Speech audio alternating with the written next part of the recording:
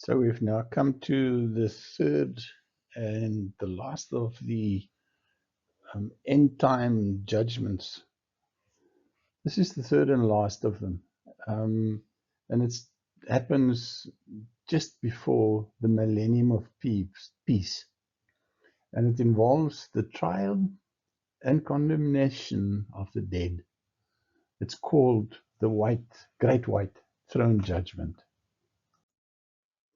Right, let's look at the Great White Throne Judgment and the scriptures that tell us about it. It's from Revelation 20, verse 12 to 15. And I saw the dead, small and great, stand before God. And the books were opened, and another book was opened, which is the book of life. And the dead were judged out of those things which were written in the books according to their works. And the sea gave up the dead which were in it, and death and hell delivered up the dead which were in them, and they were judged, every man according to their works. And death and hell was cast into the lake of fire. This is the second death. And whosoever was not found written in the book of life was cast into the lake of fire. There are some important observations about this final Great White Throne Judgment that we have to make. First of all, notice that there are only dead present at this judgment, that they are standing before the living God, so God is presiding over this judgment. The third thing is to notice the books that are being used. The Bible says that there are the books were opened. And these are the records of every individual who lived on earth and contains records of their life on earth. It would probably capture things like the dates that the record relates to, the words that are being spoken, the thoughts at that point in time, the actions that were taken, and the attitudes of the individual. And then the second book that is there is the book of life.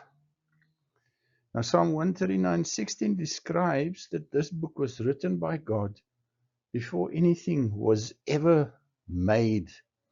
It contains, amongst other things, the names of every person that would ever be created on earth by God.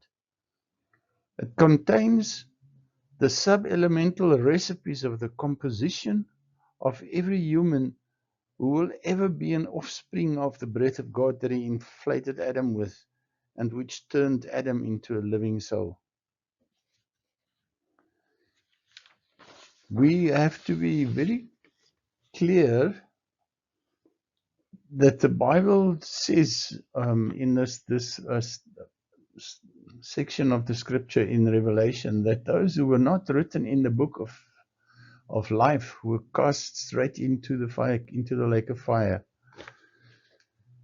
Now, if you decide not to follow Christ and through Him be reconciled to God, this judgment will be your destiny. And if you die today without Christ, there will never, ever be another opportunity to make a decision. Once the rapture happens, those who died in Christ are taken up to heaven, but those who did not accept Christ or died without Christ are left in hell. I'm asking you, please make a decision. Make it right now, because the next second or next minute is not guaranteed or promised.